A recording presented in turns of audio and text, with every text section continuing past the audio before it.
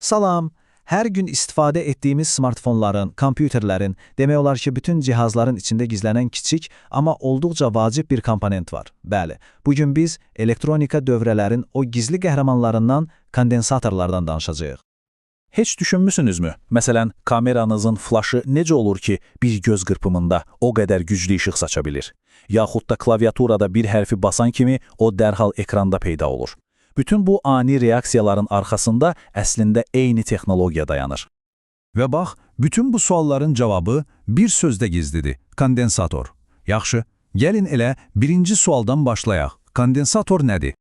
Kondensatoru belə deyək, kiçik, amma inanılmaz sürətli bir batareya kimi təsəvvür edə bilərsiniz. Fərqi ondadır ki, o enerjini yavaş-yavaş yox, bir anda, sanki bir partlayışla boşaldır. Bilirsiniz necə ki bir vedrə suyu damcı-damcı yox, bir dəfəyə çevirirsiniz. Kondensator da enerjini eyni ilə o cür sərbəst buraxır. Yaxşı, bəs bu kiçik komponent enerjini necə yığıb saxlaya bilir və sonra necə olur ki, bu qədər sürətlə boşaldır? Gəlin indi biraz daha dərindən baxaq, görək pərdə arxasında nələr baş verir. Əslində hər şey çox sadə bir quruluşa əsaslanır. Baxın, iki dənə metal lövhə düşünün. Aralarında da izolyator, yəni cəryan keçirməyən bir material var. Biz bura gərginlik verəndə müsbət yüklər bir lövhəyə, mənfi yüklər isə o biri lövhəyə yığılır. Aradakı o izolyator isə onların bir-birinə qovuşmasına imkan vermir. Beləcə, enerji bu lövhələr arasında sanki tələyə düşmüş kimi saxlanılır. Yəni, bütün proses əslində 3 sadə addımdan ibarətdir. Birinci, gərginlik verirsən, yüklənir. İkinci, gərginliyi kəsirsən, enerjini saxlayır.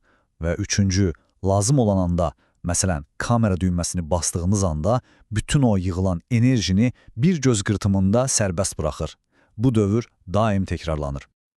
Ancaq kondensator deyəndə ağlınıza tək bir şey gəlməsin. Bu, əslində hər bir üzvünün öz fərqli işi, öz fərqli xüsusiyyəti olan böyük və rəngarəng bir ailədir.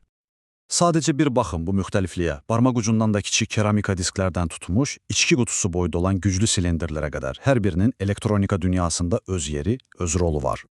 Gəlin ən çox rast gəlinən 3 növə sürətli bir şəkildə nəzər salaq. Məsələn, keramik kondensatorlar. Onlar kiçikdir, amma yüksək tezlikli həssas işlərdə əvəz olunmazdır. Elektrolitiklər isə daha çox güc tələb edən yerlərdə, məsələn, səs sistemlərində və ya enerji bloklarında qarşımıza çıxır. Və nəhayət, superkondensatorlar. Onlar isə, onlar tamamilə başqa bir səviyyədir. Onların heyrətamiz gücünə birazdan qayıdacaq. Yeri gəlmişkən kiçik, amma çox vacib bir xəbərdarlıq. Bəzi kondensatorların, xüsusilə də o elektrolitik olanların müsbət və mənfi ayaqları, yəni qütbləri olur. Onları dövrəyə səhv qoşsanız, balaca bir partlayış yaşaya bilərsiniz. Yəni onlarla işləyərkən hər zaman diqqətli olmaq lazımdır. Yaxşı, bu qədər texniki detaldan sonra gəlin biraz da real həyata qayıdaq. Bu kiçik komponentlər gündəlik həyatımızda və daha da önəmlisi gələcəyimizdə nə kimi böyük bir rol oynayır? Cavab əslində çox sadədir. Hər yerdə. Evinizdəki televizorun, kompüterin enerji blokundan tutmuş, soyuducunuzun mühərrikinə, kondisionerə qədər, demək olar ki, istifadə etdiyiniz hər bir elektron cihazın içində onlarla, bəzən yüzlərlə kondensator səssiz-sədasız öz vacib işini görür. Ancaq hekayəmiz burada bitmir. Enerji saxlama texnologiyasında əsl inqilab etməyə hazırlaşan yeni bir qəhrəman səhnəyə çıxır. Superkondensator. 15,3%. İlk baxışdan bəlkə də adi bir rəqəm kimi səslənir, amma bu superkondensator bazarının hər il nə qədər sürətlə böyüdüyünü göstərən rəqəmdir. Bu sadəcə bir statistika deyil, bu gələcəyin enerjisinin hansı istiqamətdə formalaşdığının açıq-aşkar bir göstəricisidir. Və bu texnologiyanın bizə vəd etdiyi gələcək həqiqətən də heyrətamizdir.